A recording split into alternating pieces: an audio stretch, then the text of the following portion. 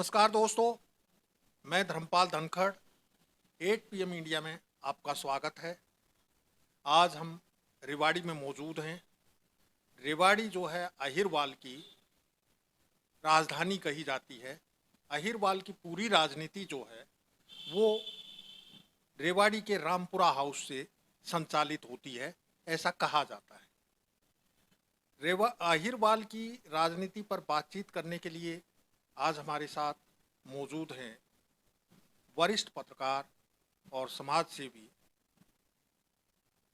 नरेश चौहान जी। आज हम उनसे जानने की कोशिश करते हैं कि क्षेत्र के हालात क्या हैं और किस तरह की हवा बह रही है अहिरवाल में इस बार विधानसभा चुनाव को लेकर के, क्या राजनीतिक समीकरण बनते दिखाई दे रहे हैं। हालांकि चुनाव में अभी समय है, थोड़ा सा 2-2.5 महीने का समय है, लेकिन कैंडिडेट जो टिकटार्थी हैं उन्होंने चुनाव के लिए प्रचार शुरू कर दिया है और वो टिकट के लिए जोर आजमाइश भी कर रहे हैं। यहाँ बीजेपी का परचम फहराने वाले जो हैं वो राव इंद्रजीत सिंह हैं, केंद्रीय मंत्री हैं और उनका प्रभाव इस इलाके पर माना जाता है। तो चौहान साहब, आपका 8 PM इंडिया में स्वागत। धन्यवाद धनखड़ जी। एक बार आप अहिरवाल की राजनीति के बारे में थोड़ा बताइए, जो अतीत में राव वीरेंद्र सिंह ने जो शुरू की थी, किस तरह का वहाँ से चलता आ रहा है 1957 से और हरियाणा बनने के बाद से अब किस तरह से करवट लेती रही। देखो, वैसे तो 1919 के एक रिप्रेजेंटेटिव एक्ट के तहत ये जो चुनावी प्रक्रिया है देश में शुरू हो गई थी, ब्रिटिशर्स ने ही शुरू कर दी थी। और उस टाइम भी जो पंजाब लेजिस्लेटिव असेंबली काउंसिल अलग अलग दौर में रहे, तो कहीं ना कहीं राव बलबीर सिंह जो रामपुरा की गद्दी पर आए, तो राव बलबीर सिंह का और रामपुरा हाउस का ब्रिटिश काल से ही राजनीति में वर्चस्व रहा है। राव बलबीर सिंह के निधन के बाद उनकी ही चॉइस, परिवार की चॉइस से ही राव मोहर सिंह को उनकी जो सीट थी वो पंजाब लेजिस्लेटिव काउंसिल और असेंबली में, राव मोहर सिंह राव नरबीर सिंह के दादा, राव नरबीर सिंह के फादर राव महावीर सिंह, वो भी MLA मंत्री रहे, और वो राव मोहर सिंह राव नरबीर सिंह के दादा बूढ़पुर गांव, बूढ़पुर जेलदारी, मतलब वो भी रेवाड़ी के नजदीक है। 1952 में राव बीरेंद्र सिंह जैसे गोद आ गए थे राव बलबीर सिंह की डेथ के बाद उनकी रानी साहिबा ने, क्योंकि राव बलबीर सिंह के 3 बेटियां ही थी, बेटा कोई नहीं था, तो विरासत को आगे बढ़ाने के लिए राव बीरेंद्र सिंह को गोद लिया। राव बीरेंद्र सिंह आर्मी में कैप्टन भी थे, IPS में भी उनका कहीं ना कहीं सिलेक्शन हो गया था, लेकिन उन्होंने राजनीति में अपना भाग्य आजमाना चाहा और 1952 के पहले चुनाव में वो जमींदारा लीग या कुछ इस तरह की पार्टी से खड़े हुए थे, लेकिन कांग्रेस की टिकट पर राव अभय सिंह से हार गए थे पहले ही चुनाव में। मतलब रामपुरा हाउस की जो राजनीति की शुरुआत 1921 से ही, जब पहला चुनाव उस समय से वो थे, लेकिन जैसे ही जो है राव वीरेंद्र सिंह ने जो पहला चुनाव यहाँ पर लड़ा तो वो 52 में हार गए थे। तो उसके आगे क्या रहा? 1952 में राव अभय सिंह ने जो हराया उन्हें, वो चिरंजीव राव जो आज रेवाड़ी का MLA है उसके दादा थे और कैप्टन अजय सिंह के पिता थे। 54 में जैसे आज राज्यसभा की या विधान परिषद की टिकटें खरीद फरोख्त होती हैं, कुछ इसी तरीके का जुगाड़ राव बीरेंद्र सिंह ने भी 1954 में पंजाब लेजिस्लेटिव काउंसिल में, वो विधान परिषद में कामयाब हो गए और जुगाड़ से वो एमएलसी बन गए। एमएलसी बनने के बाद फिर वो मंत्री भी बने, लेकिन एक तो सामंती गद्दी की एक विरासत उनके पास थी और एक आदमी का व्यक्तिगत भी एक स्वभाव होता है, तो वो दोनों मेल जब खा गए तो वो मुख्यमंत्री से उनकी पटड़ी कैरो साहब से नहीं बैठी और राव बीरेंद्र सिंह लोकशाही के पूरे देश में पहले डिसमिस होने वाले मंत्री भी बने। कैरो साहब ने फिर उनको डिसमिस किया। पहली बार जो डिसमिस हुए कोई मंत्री वो कोई मंत्री संयुक्त पंजाब में पूरे देश में वो राव बीरेंद्र सिंह थे। उनकी पटरी जो है कैरो साहब से नहीं बैठी।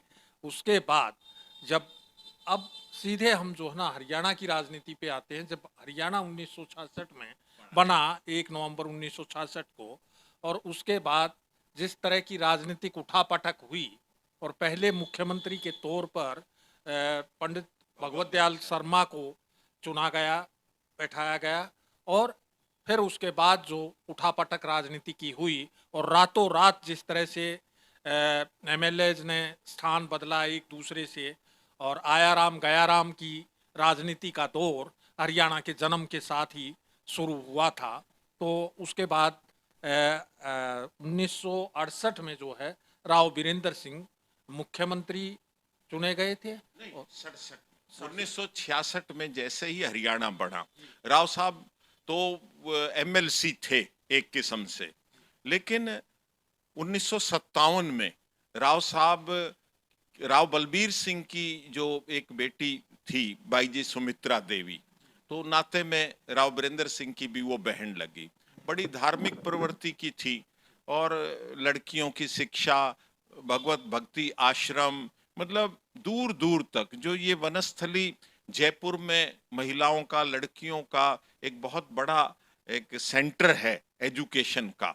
मतलब वो रतन शास्त्री भी इस आश्रम की स्टूडेंट रही थी। मतलब इतनी इम्पोर्टेंस थी इस आश्रम की बाई जी की। तो 1957 में ज्वाइंट पंजाब में अनअपोज कांग्रेस की टिकट पर बाईजी सुमित्रा इलेक्ट हुई थी। वो भी एक देश में रिकॉर्ड है। 1962 में भी रेवाड़ी से फिर बाईजी इलेक्ट हुई और 1966 में हरियाणा बना। तो कहीं ना कहीं जो पंजाब विधानसभा में एमएलए हरियाणा के, जो मौजूदा उस टाइम हरियाणा बना, उसके जो एमएलए चुने गए थे उन्हीं को हरियाणा असेंबली में अडॉप्ट कर लिया। तो पंडित भगवत दयाल शर्मा को हाई कमांड के इंटरफेरेंस से, क्योंकि उस टाइम हाई कमांड थी और देहाती आदमी को ज्यादा दिल्ली वाले पसंद नहीं करते थे, तो जब वो एक लॉबी के तहत पंडित भगवत दयाल शर्मा को वो कर लिया, तो जो चौधरी देवीलाल एंड कंपनी जो देहाती लॉबी थी, उन्होंने फिर पंडित भगवत दयाल शर्मा के पैरों के नीचे से दरी खींचनी शुरू करी और उन्हें राव बीरेंद्र सिंह, एक सामंती और एक इस तरह का आदमी लगा कि हाँ ये काम का आदमी है, राज परिवार से जुड़ा, राज परिवार से है, किसान से भी, जमीन से भी है और राज से भी, दोनों चीजों से जुड़ा हुआ है और उठा पटक वाला आदमी है, जो कैरो से भी टक्कर ली और अक्खड़ भी है, मतलब कई चीजों का मेल हो गया। उन्होंने 1967 में ही एक किस्म से जब पहला चुनाव हुआ हरियाणा विधानसभा का, तो उसमें राव बीरेंद्र सिंह को उन्होंने मुख्यमंत्री बनवा दिया। लेकिन 8-9 महीने बाद ही वो आया राम गया राम, जैसे आपने बताया कि बनवाने वाला जो आदमी, चौधरी देवीलाल की भी तासीर एक जगह टिकने की नहीं रही। इतिहास गवाह है कि वो भी जोड़ने में कम और तोड़ने में ज्यादा उन्हें मजा आता था, क्योंकि शायद ही उन्होंने अपने इतिहास में कोई एक सिंबल पे लगातार 2 या 3 चुनाव लड़े हों। हर इलेक्शन में उनका सिंबल अलग हो जाता था। तो राव बीरेंद्र सिंह की राजनीति का प्रभाव आज भी हम देखने को पा रहे हैं। बिल्कुल, क्योंकि वो निरंतरता रही। 52 में हार बेशक गए राव बीरेंद्र सिंह, लेकिन 67 में जो 8-9 महीने का वो फिर राष्ट्रपति शासन लागू हो गया। 68 में जैसे ही दूसरा विधानसभा चुनाव हुआ हरियाणा में, राव बीरेंद्र सिंह ने अपनी नई पार्टी, स्थानीय स्टेट लेवल की विशाल हरियाणा पार्टी का गठन कर लिया, और विशाल हरियाणा पार्टी से उन्होंने 81 का हाउस था 1968 में, सिर्फ 39 सीटों पर कैंडिडेट उतारे, और 39 में से 16 कैंडिडेट विशाल हरियाणा पार्टी के जीत गए। तो 6 तो उसमें अहीर थे, 3-4 एससी थे, सरदार हरपाल सिंह टोहाना से थे, चौधरी देवीलाल का बेटा प्रताप सिंह वो बड़ोपल से था, एलनाबाद से लालचंद था, सफीदों से सत्यनारायण था, श्यामचंद बड़ौदा से था, और रजाक अहमद जो है वो फिरोजपुर झिरका से था। सालावास रिजर्व कॉन्स्टिट्यूंसी थी, मतलब वहां से शकुंतला देवी थी। बावल रिजर्व से जीसुख था, बाईजी थी, राव बीरेंद्र सिंह थे, रामजीवन पटौदी से था। कनीना भी कॉन्स्टिट्यूंसी थी, वहां से राव दलीप सिंह थे, और महेंद्रगढ़ से राव हरि सिंह। इस तरह से 16 कॉन्स्टिट्यूंसीज में, और उस टाइम भारतीय जनसंघ थी, भारतीय जनसंघ ने भी 44 सीटों पर चुनाव लड़ा, लेकिन जीते सिर्फ 7। कांग्रेस ने सभी 81 सीटों पर चुनाव लड़ा और 48 सीटें जीत के बंसीलाल जी मुख्यमंत्री बने। लेकिन जो वोट परसेंटेज था, मतलब वो कांग्रेस के बाद 31.18 विशाल हरियाणा पार्टी का रहा, और जो विनिंग परसेंटेज जिसको कहते हैं ना, 39 में से 16 सीटें, वो भी 14% से ज्यादा का था। तो वो भी एक धाक रामपुरा हाउस ने अपनी पूरे हरियाणा में फैलाई। बताते हैं चौहान साहब की उस समय जो है 5-6 एमएलए तो राव साहब ने अपने गांव के ही बनवाए थे। बाईजी हो गई, खुद राव बीरेंद्र सिंह हो गए, उनके गांव का हरिजन हो गया, जी सुख हो गया, शकुंतला भी वो रिलेटिव थी कहीं ना कहीं। ये तो ये एक किस्म से जब कहते हैं कि रामपुरा भी जैसे चौटाला गांव की वो है, तो रामपुरा हाउस से भी, रामपुरा गांव से भी एमएलए रहे हैं। अब आते हैं हम क्योंकि राव बीरेंद्र सिंह से हमने जो आगे बढ़ते हैं, तो राव बीरेंद्र सिंह उसके बाद जो है एक अलग पार्टी बना करके चले, और एक टाइम ऐसा आया कि बताते हैं कि जब इमरजेंसी के बाद इंदिरा गांधी के साथ कोई खड़ा होने वाला नहीं था, तब राव बीरेंद्र सिंह ने ही इंदिरा गांधी को यहाँ समर्थन दिया था और वो कांग्रेस में शामिल हुए। 68 के चुनाव के बाद 72 का चुनाव हुआ, तो 72 के चुनाव में उसमें राव बीरेंद्र सिंह ने पार्लियामेंट का चुनाव लड़ा अपने विशाल हरियाणा पार्टी के उससे ही, और अलवर से भी उन्होंने बाईजी सुमित्रा देवी को चुनाव एक किस्म से मैदान में उतारा। राव साहब जीत गए, वो केंद्र की राजनीति में चले गए, और 3-4 एमएलए विशाल हरियाणा पार्टी के 1972 में भी बने। इमरजेंसी लग गई, फिर 77 में चुनाव हुआ, विशाल हरियाणा पार्टी जिंदा थी।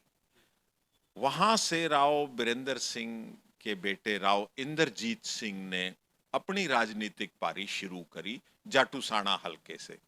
तो राव इंद्रजीत सिंह का पहला चुनाव 1977 में विशाल हरियाणा पार्टी की टिकट पर जाटूसाना से रहा। 1977 पार्लियामेंट में राव बीरेंद्र सिंह को मनोहर लाल सैनी ने जनता पार्टी की टिकट पर लगभग 60,000 वोटों से हरा दिया। तो राव साहब को और पूरे इलाके को, विशेष रूप से अहीर कम्युनिटी को ये नागवारा गुजरी। और पार्लियामेंट के बाद जैसे ही विधानसभा का चुनाव हुआ तो अटेली से राव साहब विधायक चुने गए अच्छे वोटों से। और बिल्कुल आप सही कह रहे हो कि वहां कांग्रेस की मजबूरी थी और यहाँ 10 साल में कोई पार्टी इंडिपेंडेंट बनाना, उसको चलाना और उसको आगे खींचना, तो कहीं ना कहीं राव साहब की भी एक मजबूरी थी कि अब इन हालात में मेन स्ट्रीम में कैसे आया जाए। और 23 सितंबर 1978 को जब इंदिरा गांधी यहाँ शहीदी दिवस राव तुलाराम के उस कार्यक्रम में आई तो उन्होंने इनसे समर्थन मांगा और राव बीरेंद्र सिंह ने सहज स्वीकार कर लिया और विशाल हरियाणा पार्टी का मर्जर जो है वो कांग्रेस में कर दिया। विशाल हरियाणा पार्टी का मर्जर कांग्रेस में करने के बाद राव बीरेंद्र सिंह और रामपुरा हाउस की जो राजनीति है वो कांग्रेस से आगे बढ़ती है। अब इस एपिसोड में आज इतना ही, और अगले एपिसोड में फिर बताएंगे कि हरियाणा की राजनीति में अहीरवाल का क्या महत्व है और अहीरवाल की राजनीति किस तरह से आज भी जो है वो रेवाड़ी के रामपुरा हाउस से ही संचालित होती है। 8 PM इंडिया के लिए धर्मपाल धनखड़।